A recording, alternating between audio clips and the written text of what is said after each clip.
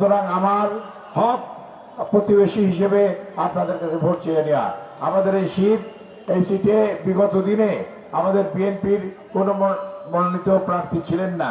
বিগত দিনে এখানে জামাত, জাতীয় পার্টি, আওয়ামী লীগের ক্যান্ডিডেট ছিল, তারা এমপি হয়েছে। এইবার আপনাদের কাছে আমাদের অনুরোধ, আমরা স্বাধীনতার পক্ষের সবাই মিলে যারা এইবার নির্বাচনে আপনারা জানেন যে নৌকা নাই, তো নৌকাও স্বাধীনতার পক্ষের, আমরাও স্বাধীনতার পক্ষের। সেই জন্য আপনাদের সবাইকে অনুরোধ জানাবো যে 12 তারিখে আপনারা সবাই একসাথে ভোট কেন্দ্রে যেয়ে ধানের শীষকে ভোট দেবেন এবং বিপুল ভোটে আমাদের জয়যুক্ত করবেন ইনশাআল্লাহ।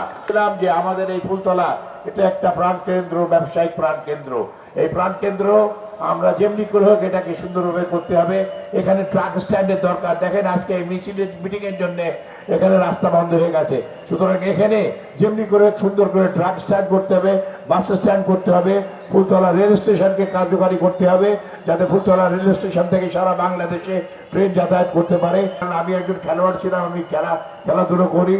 আমাদের একটা মিনি স্টেডিয়াম করার দরকার। আমরা ইনশাল্লাহ একটা মিনি স্টেডিয়াম করব এবং শিক্ষা এবং মেডিকেল খাতে আমাদের এখানে কোনো রকম কিছু আমরা করতে পারিনি।